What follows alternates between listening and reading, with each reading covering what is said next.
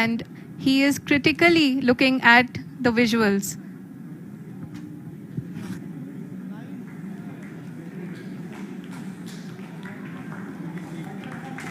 जी हाँ, आप अपने स्क्रीन पे देख सकते हैं कि हम lander module People are applauding. Let Lander us all module wait की- to hear from the Secretary Department of Space and Chairman ISRO, Shri S. Elliptical orbit में स्थापित कर दिया गया। टीएलआई के तरह एलओआई भी एक बहुत जटिल ऑपरेशन होता है। इसमें हमें यह ध्यान देना आवश्यक होता है कि उपग्रह के वेगमान को एक निश्चित बिंदु से घटाया जा सके, अन्यथा उपग्रह चंद्रमा के प्रभाव क्षेत्र से बाहर निकल जाएगा। एलओआई के सफलतापूर्वक परिचालन के बाद चंद्रयान 3 की कक्षा को 4 बार और परिवर्तित किया गया। इस दौरान चंद्रमा की अधिकतम ऊंचाई को घटाकर 160 किलोमीटर कर दिया गया। इस पूरी प्रक्रिया में propulsion मॉड्यूल का लगभग 755 किलोग्राम ईंधन का उपयोग हुआ और चंद्रयान 3 के वेगमान को लगभग 850 मीटर प्रति सेकंड कम कर दिया गया।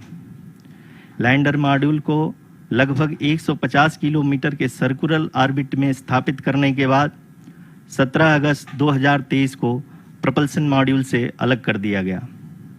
पुनः लैंडर मॉडल के ऑर्बिट को 2 डीबूस्ट मैन्यूवर्स के द्वारा 150 किलोमीटर के सर्कुलर ऑर्बिट से घटाकर 25 गुणे 130 किलोमीटर के एलिप्टिकल ऑर्बिट में स्थापित कर दिया गया।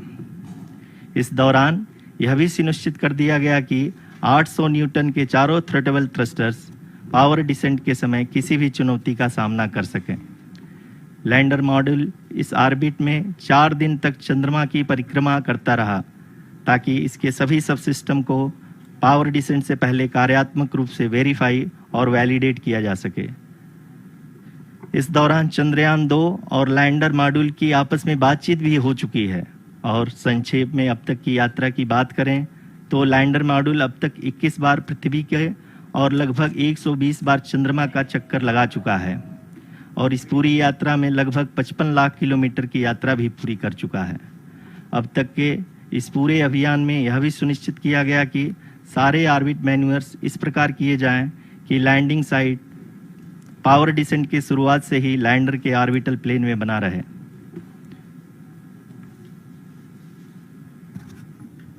Make it further That is true complicated. indeed. We have arrived at the crucial juncture wherein the orbit plane contains the desired landing site at the start of powered descent. We are also happy to announce that live images from the Chandrayaan 3 lander imager camera is being received continuously. The demonstration of soft landing on the moon's surface is no ordinary feat due to the innumerable challenges and complexities involved. The lander velocity has to be killed from nearly 6,048 kilometers per hour without any aid from the thin and tenuous moon's atmosphere. The lunar dust at the time of landing and the craters and boulders scattered over the moon's surface make it further complicated to achieve this. The new and improved Chandrayaan 3 design has been built after envisaging all the scenarios which the lander module can encounter. With several software improvements, provision for full-level redundancies, a plethora of special tests, namely the integrated hot test, integrated cold test, and lander leg drop tests were carried out for the lander module. The success of these tests has provided great confidence in the performance of all the onboard sensors, propulsion system, and associated guidance, control, and navigation algorithms. The key findings during the tests have enabled to improve the overall system performance. The largely unexplored south pole of the moon has been chosen as the intended landing site since there is a possibility of finding ice and other minerals which would be vital resources for future explorers. Apart from continuing investigations pioneered by Chandrayaan 1 and Chandrayaan 2, the Chandrayaan 3 mission will also provide invaluable data to the science community around the world. Let us give our viewers a glimpse on the configuration of Chandrayaan 3 mission.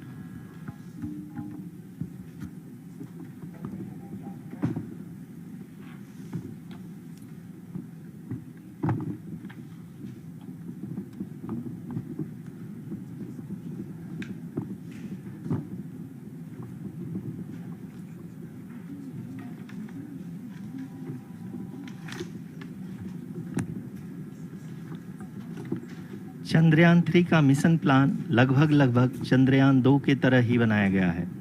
यहाँ यह भी सुनिश्चित किया गया है कि चंद्रयान 3 को rocket से अलग होने से लेकर के चंद्रमा के निकटतम कक्षा में स्थापित होने तक सारी गतिविधियां चंद्रयान 2 के तरह ही हों। और अब हम यह कह सकते हैं कि यह प्लान पूरी तरह से 100% सफल रहा। हालांकि लैंडर मॉड्यूल के सेंसर्स और प्रोपल्शन सिस्टम को इस तरह से मजबूत किया गया है कि लैंडर पावर डिसेंट के समय किसी भी आपदा से बाहर आकर के मिशन के मुख्य उद्देश्य को पूरा कर सके। इस क्रम में लैंडर के मुख्य सेंसर्स कारा, लासा, LHBC, LDV और LHDAC का कार्यात्मक परीक्षण भी किया जा चुका है।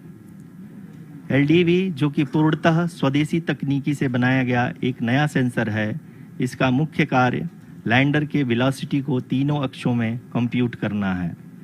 पावर डिसेंट के दौरान लैंडर के सटीक पोजीशन और वेलोसिटी का ज्ञान होना बहुत ही आवश्यक है।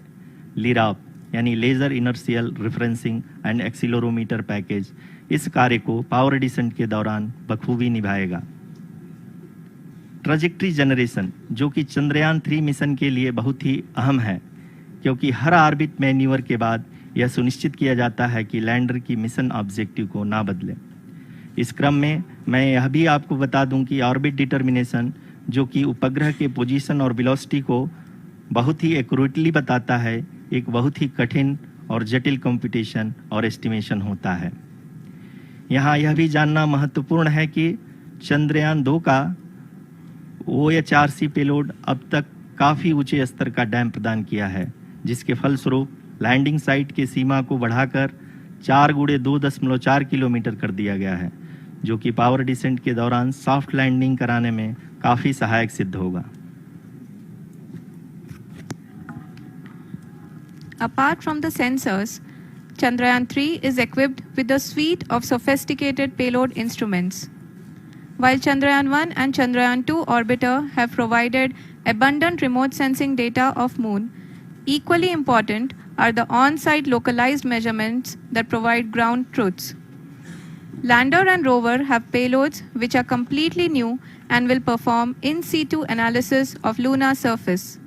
The two spectroscopes on rover, APXS and LIBS, will actively measure the surface elemental abundances at the landing location and surrounding area. The lander carries a seismometer ILSA that can sense impact events and lunar quakes. The thermal probe CHAST will measure the temperature profile and thermal conductivity of Moon's regolith. The Rambha payload will carry out lunar ionosphere studies, while the laser retroreflector array shall be a passive location indicator for future spacecraft equipped with laser altimeter.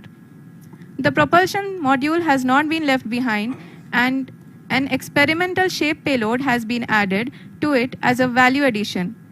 It will help in understanding the nature and characteristics of water-rich planets and will also aid in the future study of potentially habitable exoplanets. We are minutes away from the start of powered descent. The entire powered descent shall be carried out by the onboard autonomous landing sequencer, or ALS, which is a series of instructions preloaded to the lander module. These instructions include the commands to be executed, data to be collected and analyzed, and decisions to be made and executed autonomously throughout the powered descent.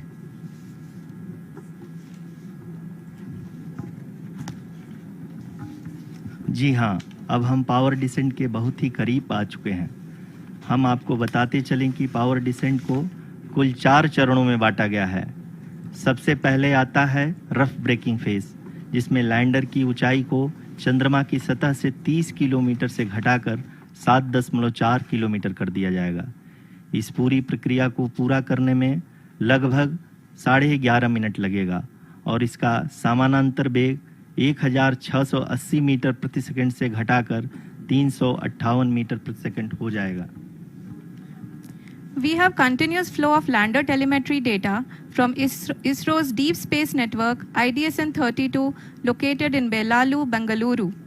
The data is being acquired real-time by station and is flown to the Mission Operation Complex through our communication links. In addition to it, we also have support from ESA and JPL DSN stations. There will be no ground intervention once the ALS takes charge.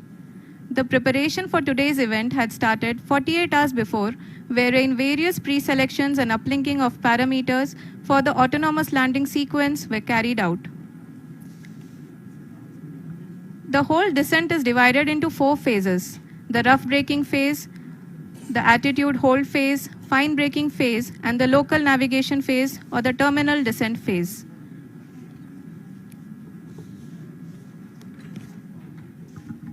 जी हाँ, attitude hold phase जो कि power descent का दूसरा चरण है, एक बहुत ही महत्वपूर्ण फेज है। इस 10 सेकंड के स्मॉल ड्यूरेशन के दौरान लैंडर के 2 महत्वपूर्ण सेंसर कारा और लासा लैंडर की ऊंचाई की गणना करेंगे। इस फेज के पूरा होते ही लैंडर चंद्रमा के सतह से कुल 6.8 किलोमीटर की ऊंचाई पर होगा। During the rough braking phase, the lander velocity shall be brought down from 1,680 meters per second to 358 meters per second. The altitude will be brought down from 30 kilometers to 7.4 kilometers at the end of rough braking.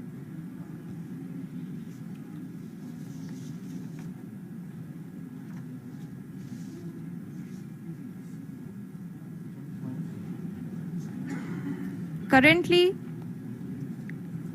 we can see the scientists are analyzing the lander data.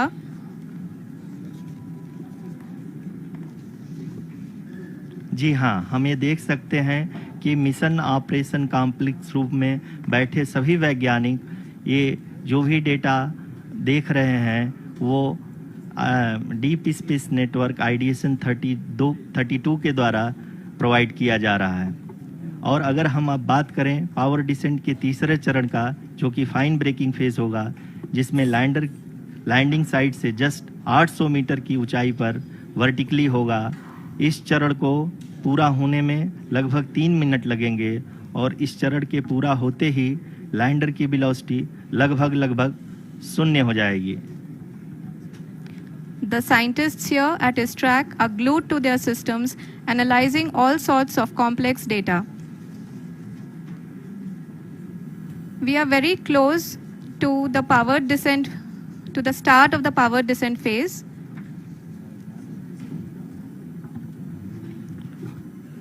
जी हाँ, अगर हम अब बात करें power descent के चौथे और अंतिम चरण का, जो कि लोकल नेविगेशन फेज या टर्मिनल डिसेंट फेज भी कहा जाता है, इस दौरान लैंडर के 2 इंजन बंद कर दिए जाएंगे और लैंडर के सेंसरों द्वारा इसके हाइट और वेलोसिटी की गणना इनर्शियल नेविगेशन को भेज दिया जाएगा।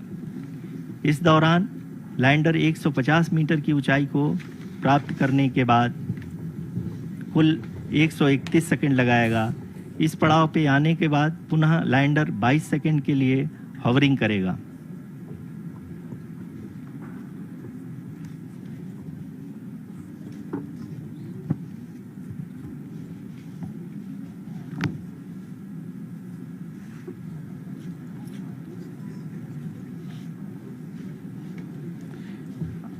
आप इस समय अपने स्क्रीन पे मिशन ऑपरेशन कॉम्प्लेक्स में बैठे सभी मान्यगणों को देख सकते हैं, जो कि बहुत ही उत्सुकता के साथ टेलीमेट्री डेटा को देख रहे हैं। अभी हम लोग पावर डिसेंट शुरू होने से जस्ट कुछ ही पल दूर हैं।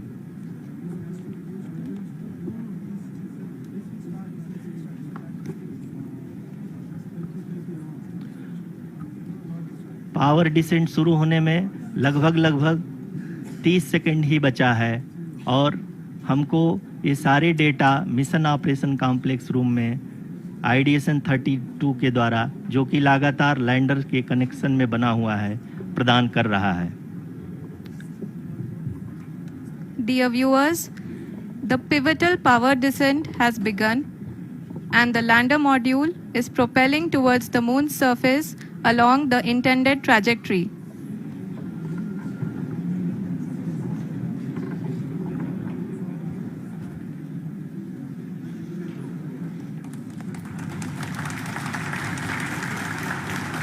जी हाँ, अब हम देख सकते हैं रफ ब्रेकिंग फेज की शुरुआत हो चुकी है।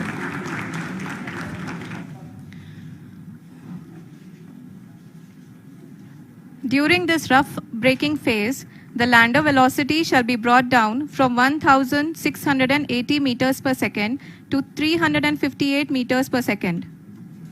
The altitude will be brought down from 30 kilometers to 7.4 kilometers at the end of rough braking.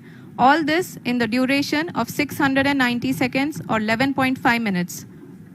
Currently, the Laser Inertial Reference and Accelerometer package, LIRAP, is aiding in the navigation.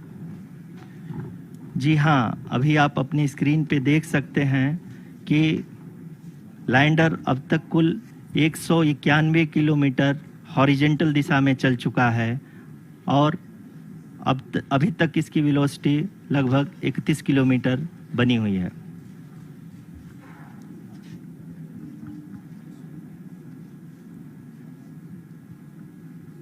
The lander module has traveled a distance of approximately 228 kilometers. The complete downrange that will be traveled during this phase shall be nearly 713.5 kilometers.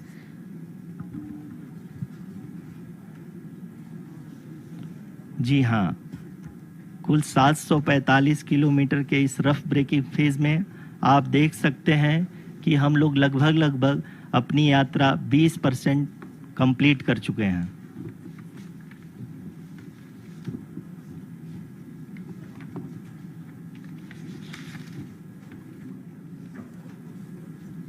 Power descent की यह शुरुआत हम कह सकते हैं कि बहुत ही सटीक और सधी हुई है, जिसमें लैंडर अपने वेगमान को अनुमानित तरीके से घटा रहा है।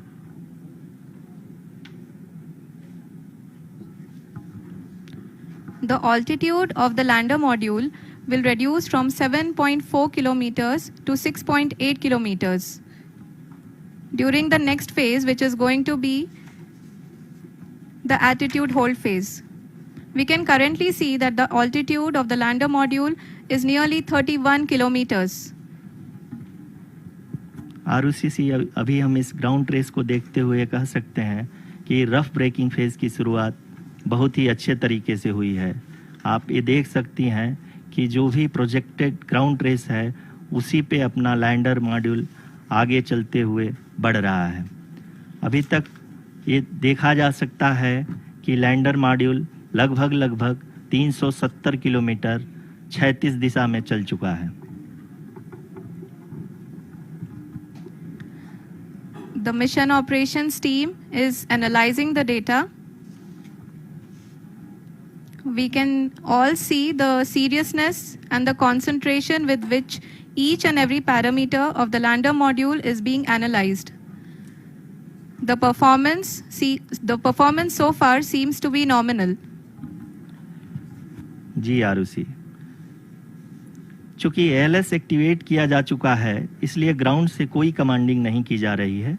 इस दौरान आपके स्क्रीन पे सारे डेटा इसरो के डीप स्पेस नेटवर्क से रियल टाइम में आ रहे हैं। इस मिशन में सेकेंड और थर्ड ऑर्डर गाइडेंस पॉलिनोमियल का प्रयोग हुआ है, जो कि इनर्शियल थ्रस्ट और एंगल के हमेशा सुनिश्चित करेगा। During the entire descent, there is no ground intervention as the ALS has taken charge. The preparation for today's event had started nearly 48 hours before, wherein various pre-selections and uplinking of parameters were done. We can see that the vertical velocity of the lander module has been brought down. It is continuously coming down. And the ALS had already been initiated 1 hour before the scheduled time of the power descent start. Following this, the throttleable engine electronics module, the TECM, was switched on and lander was oriented to the favorable attitude. जी हाँ, आप अपनी screen पे देख सकते हैं कि lander module जिसकी शुरुआत में वेलोसिटी 1680 मीटर पर सेकंड थी, लगभग 1150 मीटर पर सेकंड हो चुकी है, जो कि एक बहुत ही मैजेस्टिक शुरुआत कही जा सकती है इस रफ ब्रेकिंग फेज के लिए।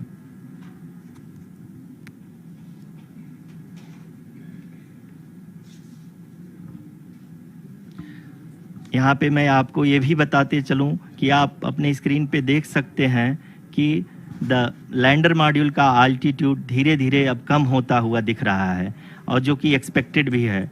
अभी हम बात करें करंट आल्टीट्यूड की, तो जो कि 28.6 किलोमीटर के आसपास है। आप स्क्रीन पर ये भी देख सकते हैं Chandrayaan 3 lander imager display. The lander imager is continuously taking photographs of the moon's surface, and that is also being streamed here. Currently, the horizontal velocity has been brought down, and the distance traveled is 574 kilometers. The current altitude is 27 kilometers, as can be seen on the screen. जी हाँ, करीब करीब अपने आधे सफ़र को पूरा करते हुए इस रफ ब्रेकिंग फेज़ में लैंडर बहुत ही आगे की तरफ बढ़ते हुए अपनी ऊंचाई को घटा रहा है। अगर अब बात करें तो लैंडर की ऊंचाई चंद्रमा के सतह से लगभग 27 किलोमीटर से नीचे हो चुकी है, करीब करीब 26.7 किलोमीटर के आसपास है। The next phase after the rough braking phase is the attitude hold phase, which will be for a duration of nearly 10 seconds. The lander will be oriented such that both the altimeters will be looking exactly towards the moon's surface. At the end of this attitude hold phase, height measurement update to navigation system will be given from the laser and car band altimeters.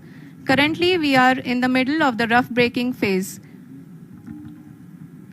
जी हाँ, अगर हम ध्यान से देखें तो लगभग 8 minute की यात्रा के बाद लैंडर अपनी हॉरिजेंटल वेलोसिटी को लगातार कम करते हुए अपनी ऊंचाई, अभी की ऊंचाई के समय 24 किलोमीटर की ऊंचाई प्राप्त कर चुका है।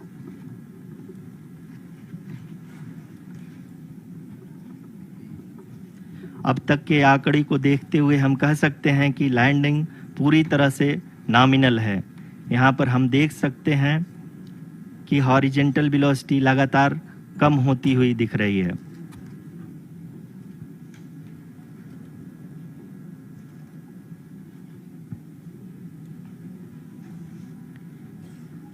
The altitude of lander from ground is currently 22 kilometer, which is again going to be coming down, and that is expected. For the viewers who have joined now, we are in the power descent phase, and we are in the rough braking phase, which is the first phase of the power descent. We have currently traveled a downrange of 697 kilometers, and the downrange that has to be traveled during this phase is 713.5 kilometers. जी हाँ, अभी आप देख सकते हैं कि lander की horizontal velocity लगभग 720 metre प्रति सेकंड हो गई है। लगभग हम ये कह सकते हैं कि 900 मीटर प्रति सेकंड वेलोसिटी को कम किया जा चुका है।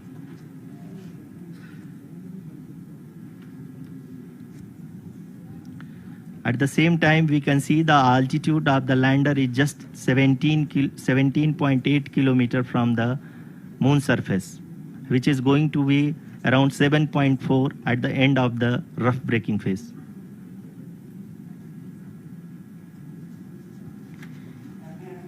इस फेज के बाद हम जाएंगे towards the attitude hold phase, where we will be expecting sensor update from the laser and car band altimeters.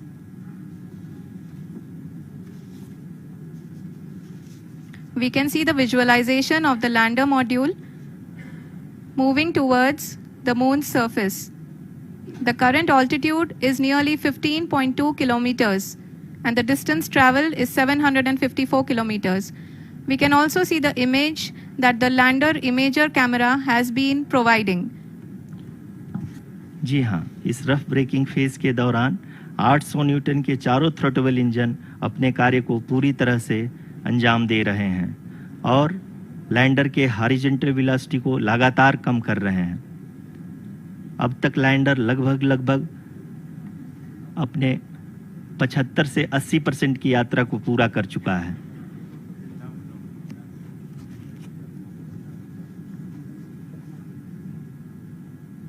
After the rough braking and the attitude hold phase, we shall be having the fine braking phase, which will continue for nearly 3 minutes. The whole phase is being driven by the autonomous landing sequencer, and there is no intervention from ground. जी हाँ आरुषि, अभी आप अपनी screen पे देख सकती हैं कि जो करंट आल्टीट्यूड है चंद्रमा के सतह से लगभग 10 किलोमीटर के आसपास है। जी हाँ,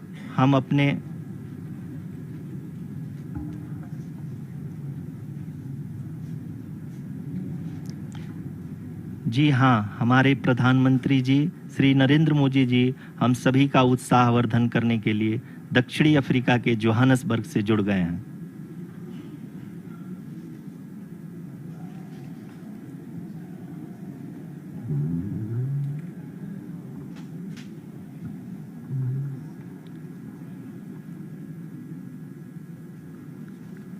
Yes, we are privileged to have with us Honorable Prime Minister of India, Shri Narendra Modi ji, who has joined us from South Africa's Johannesburg to encourage us.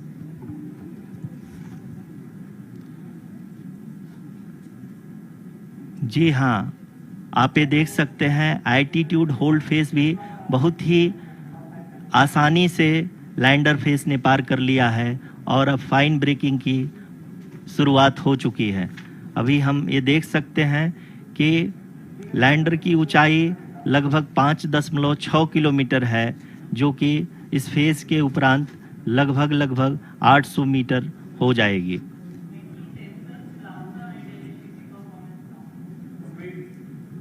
We can hear from the mission operations team that the sensors are performing nominally, and we are currently in the midst of the fine braking phase, which is going to continue for 3 minutes, and the altitude is going to be reduced to nearly 800 meters at the end of this phase.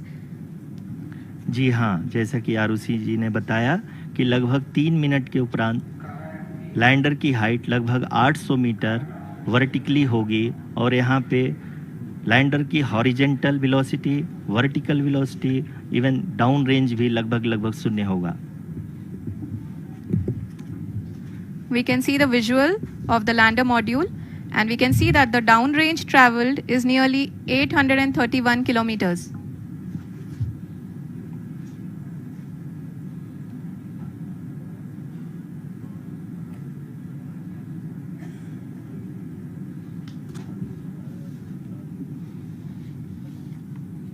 जी हाँ, आप अपनी screen पे देख सकते हैं कि lander की ऊंचाई अब चंद्रमा की सतह से लगभग 3 किलोमीटर से कम हो चुकी है। We are very close to the moon's surface, nearly 2.6 kilometers, as we can see.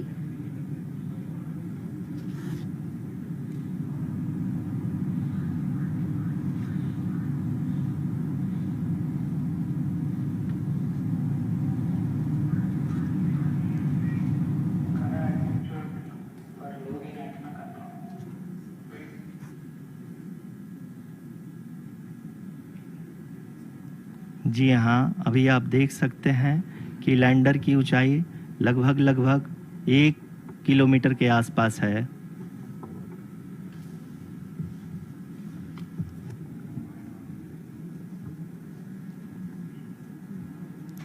We are nearing the final phase of the power descent,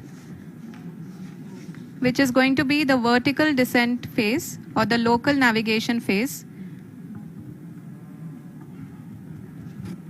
जी हाँ, अब हम फाइन ब्रेकिंग वेज के एकदम करीब आ चुके हैं। हाँ, आप तालियों के गड़गड़ाहट से सुन सकते हैं कि हम लोगों ने तीसरे चरण को भी बहुत ही सफलतापूर्वक हासिल कर लिया है और अभी हम वर्टिकल डिसेंट फेज में आ चुके हैं, जिसकी शुरुआत भी बहुत ही अच्छे ढंग से हो चुकी है।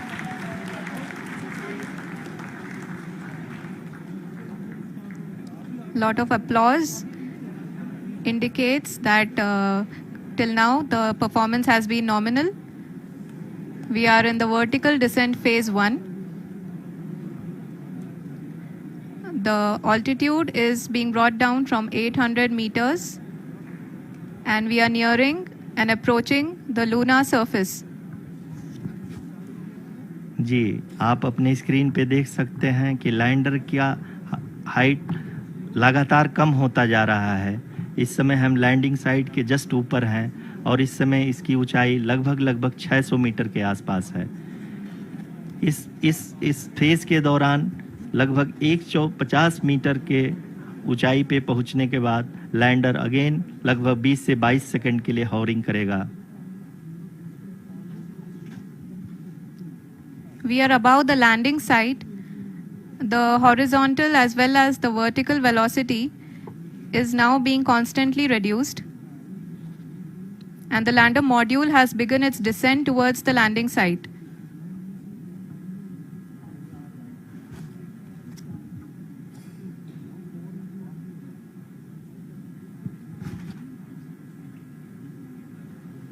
जी हाँ, आप अपने स्क्रीन पे देख सकते हैं ये जो पथ निर्धारित किया गया है, लैंडर पूरी तरह से उसी को ही फॉलो कर रहा है। इस समय हम लगभग 200 मीटर की हाइट से भी कम आ चुके हैं।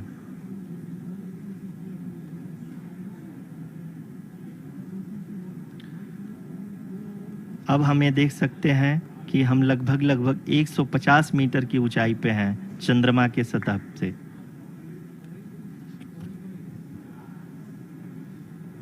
We are approaching the vertical descent phase 2, which will have the lander module hovering at nearly 150 meters above the lunar surface. जी हाँ, आप इस तालियों के गड़गड़ाहट को सुन सकते हैं जो कि सेकेंड हाइवरिक फेज के कंप्लीट होने के बाद इन सारे वैज्ञानिकों के द्वारा की जा रही है।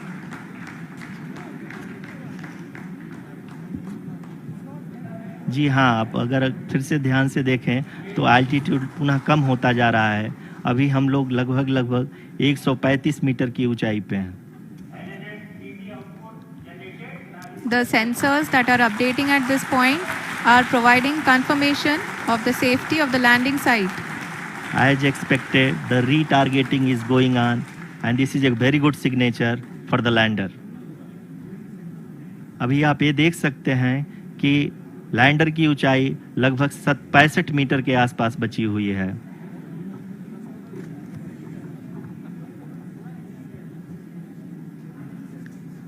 Currently, only 2 engines are now being fired, and we are nearly at zero velocity, vertical and horizontal. We were hovering, and now we are approaching the moon's surface.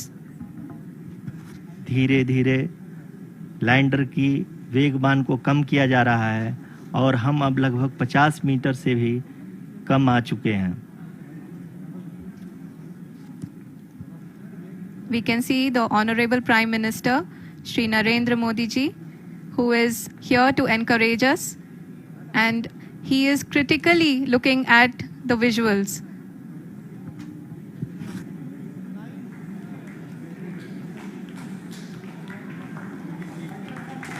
जी हाँ, आप अपने स्क्रीन पे देख सकते हैं कि हम लैंडर मॉड्यूल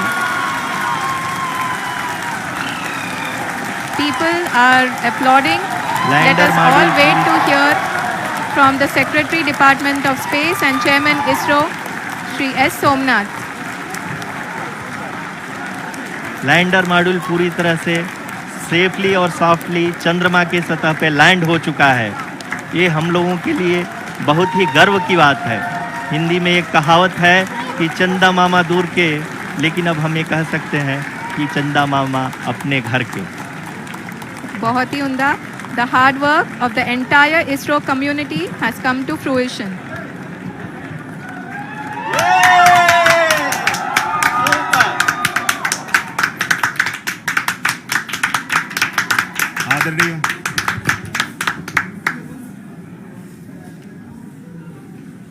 आदरणीय प्रधानमंत्री जी, नमस्कार।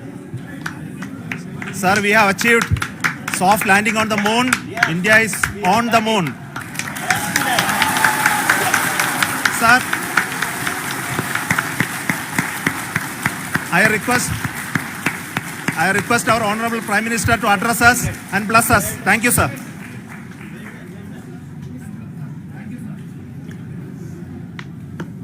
मेरे प्यारे परिवारजनों, जब हम अपनी आंखों के सामने ऐसा इतिहास बनते हुए देखते हैं तो जीवन धन्य हो जाता है। ऐसी ऐतिहासिक घटनाएं राष्ट्र जीवन की चिरंजीव चेतना बन जाती है।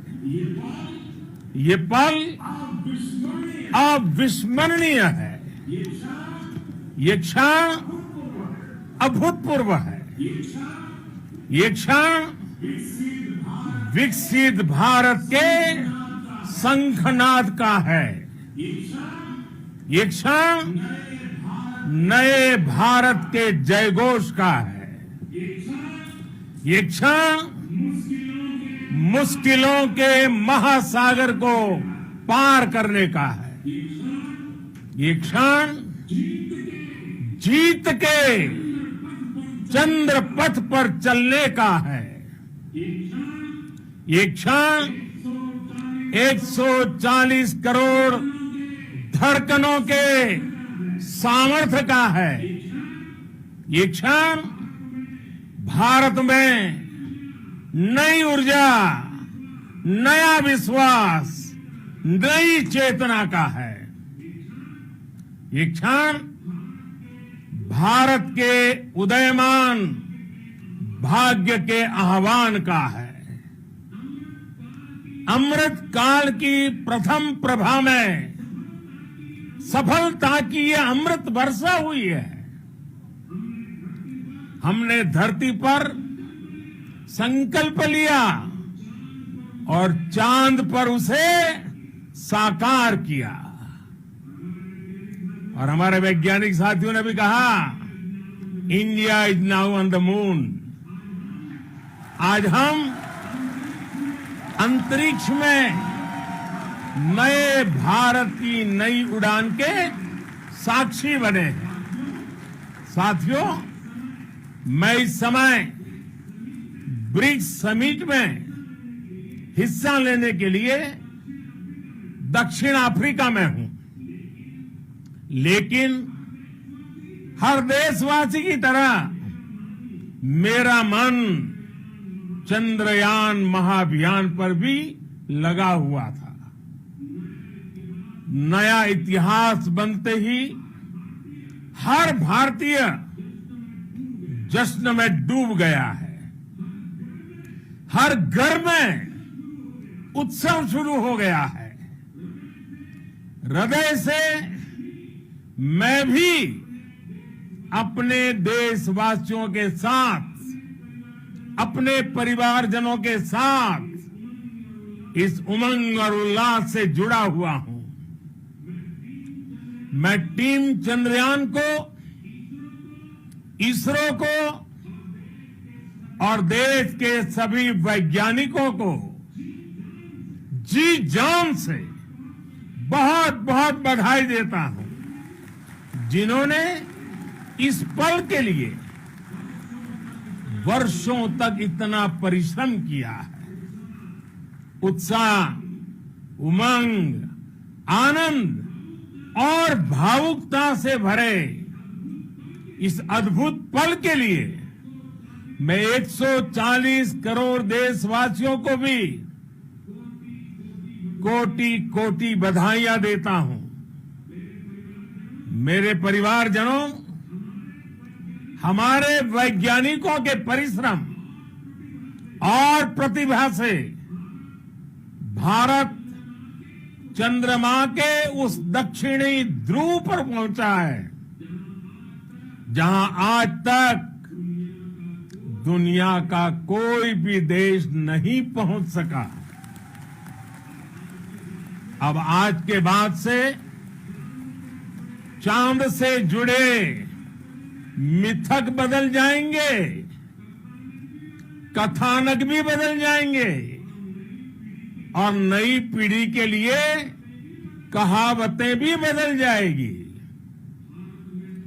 भारत में तो हम सभी लोग धरती को मां कहते हैं और चांद को मामा बुलाते हैं। कभी कहा जाता था चंदा मामा बहुत दूर के हैं, चंदा मामा बहुत दूर के हैं। अब एक दिन वो भी आएगा जब बच्चे कहा करेंगे चंदा मामा बस एक टूर के हैं।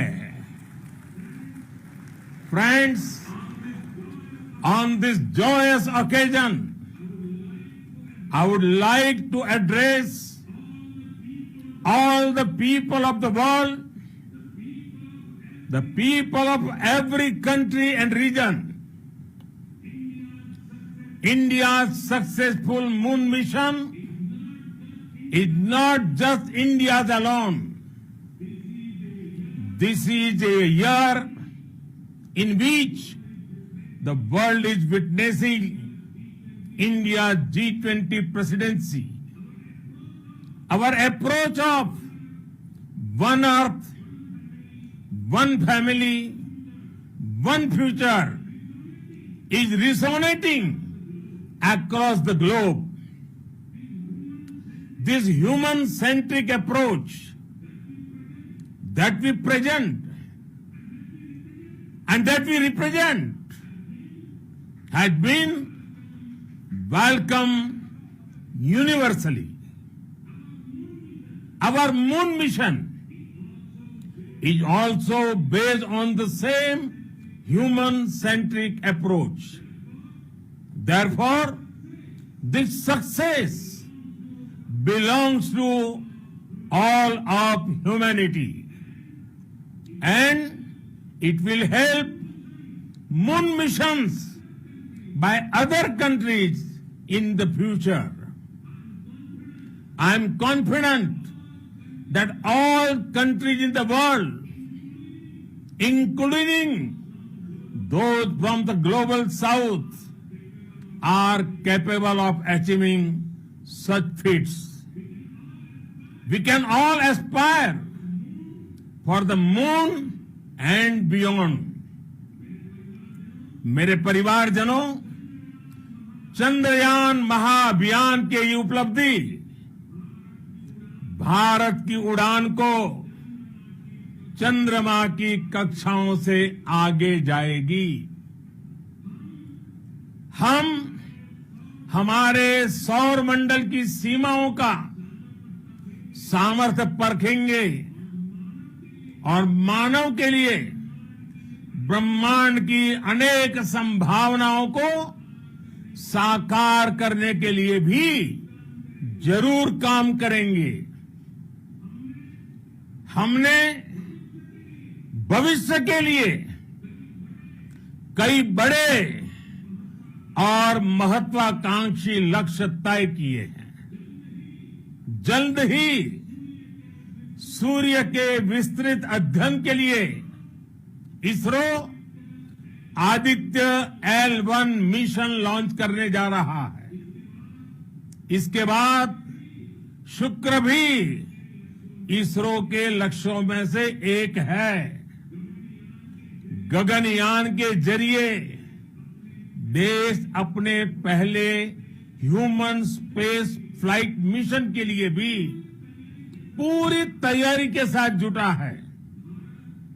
भारत बार बार ये साबित कर रहा है कि sky is not the limit. साथियों, साइंस और टेक्नोलॉजी देश के उज्जवल भविष्य का आधार है। इसलिए आज के इस दिन को देश हमेशा हमेशा के लिए याद रखेगा। यह दिन हम सभी को एक उज्जवल भविष्य की ओर बढ़ने के लिए प्रेरित करेगा। ये दिन हमें अपने संकल्पों की सिद्धि का रास्ता दिखाएगा। ये दिन इस बात का प्रतीक है कि हार से सबक लेकर जीत कैसे हासिल की जाती है। एक बार फिर देश के सभी वैज्ञानिकों को बहुत बहुत बधाई और भविष्य के मिशन के लिए ढेरों शुभकामनाएं। बहुत बहुत धन्यवाद।